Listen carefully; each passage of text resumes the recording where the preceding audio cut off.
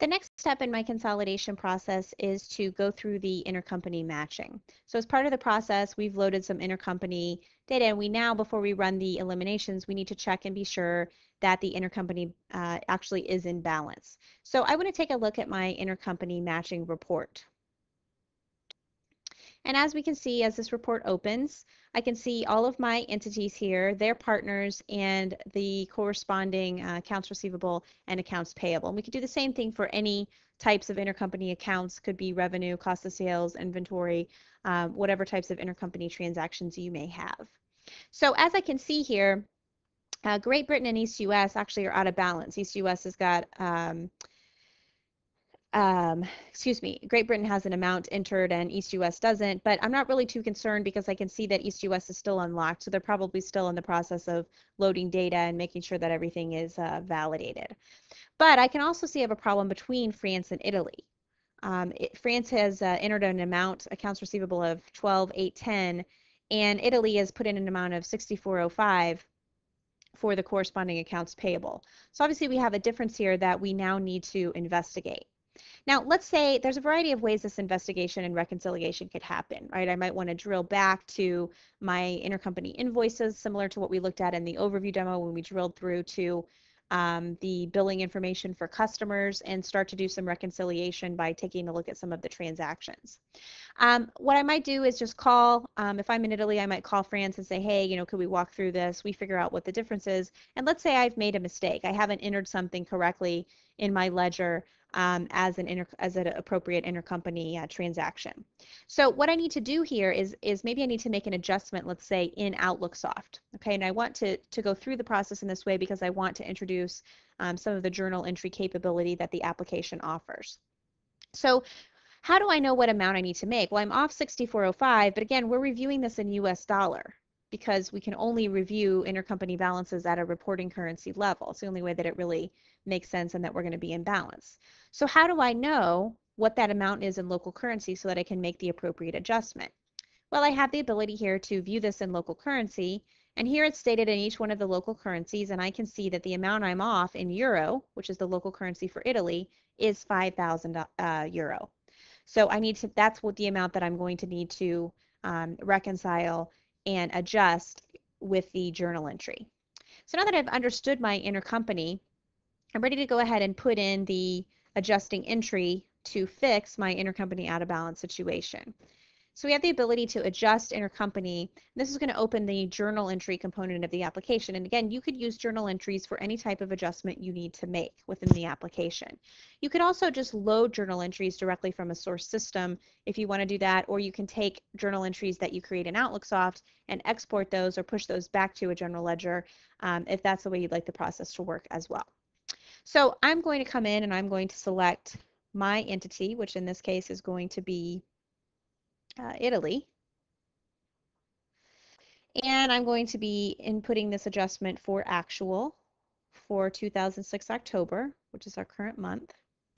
And the data source that I'm going to select is journal adjustments. Now, data source is a dimension that allows us to track different buckets of data, if you will. So typically we're going to load data from the general ledger into an input data source, and then we might make a variety of adjustments. We might make journal entries, we might have some manual adjustments, we might do some automatic eliminations. So this is going to keep all of those things separate so that we have a very good trail of how the data was modified.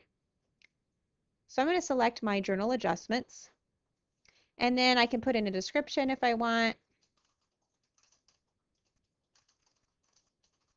And let's say I just classified something wrong in the ledger. I booked something to accounts payable and it should have been intercompany accounts payable. So I need to do a simple reclass. And then if I want to, I can put in a journal entry number so that I can track that according to my internal numbering system. Again, optional if it's something that you require.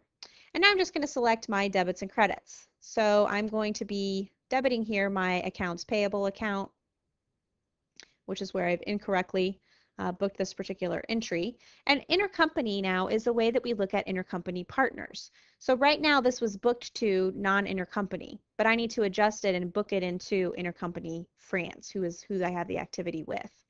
And again, we have no department and no product designation for this particular entry. Now, my credit in this case is going to be my intercompany accounts payable.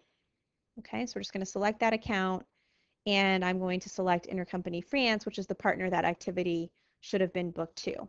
And so you'll see it's pretty simple for us to create a journal entry just by selecting the members, and then I'm just going to input my debit and credit amount, and maybe I want to auto reverse. Maybe we're going to correct this in the ledger next month, so I need this to reverse out of the application. Now at this point, let's say I'm a user that doesn't have access to post. I can only save a journal entry. So I'm going to go ahead and select save, and that's going to save the entry now and make it available for review by whoever is responsible for reviewing and posting, approving the journal entry. Okay, so now I'm ready to go back to the business process flow. And at this point, my intercompany is in balance, assuming that that journal entry gets approved. So I'm going to go ahead and complete this step.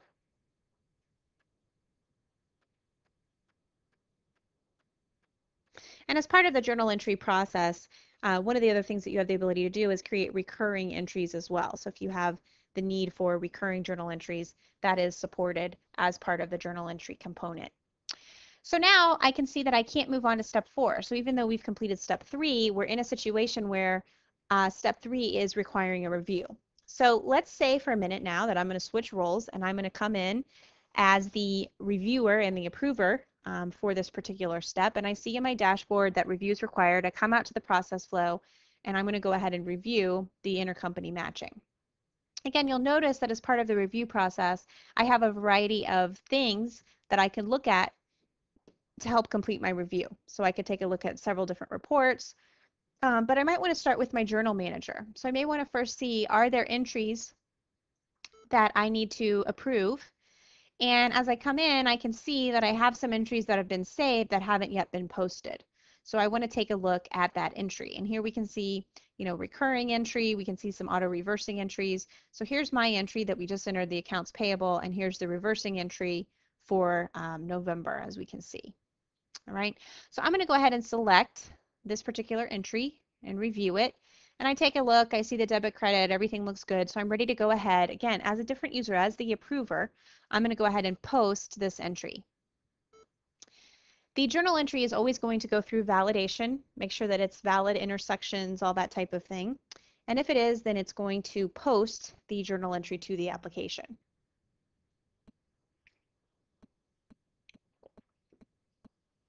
And we can see that was successfully posted. So now we're ready to go back to the business process flow. Now, before I approve this step, I might also want to take a look at the intercompany matching. So I want to check and be sure that this particular business unit is in balance before I allow them to proceed on to the next step. So as I come back out to the report, I can see that now my two partners are in balance, which is good. It means we're ready to run the elimination process. Okay, and then again, I could take a look at a variety of other reports if I wanted to. Just in the interest of time, we're going to go ahead and accept the intercompany matching, which is going to complete that step and open up step 4, which is our adjustments and eliminations.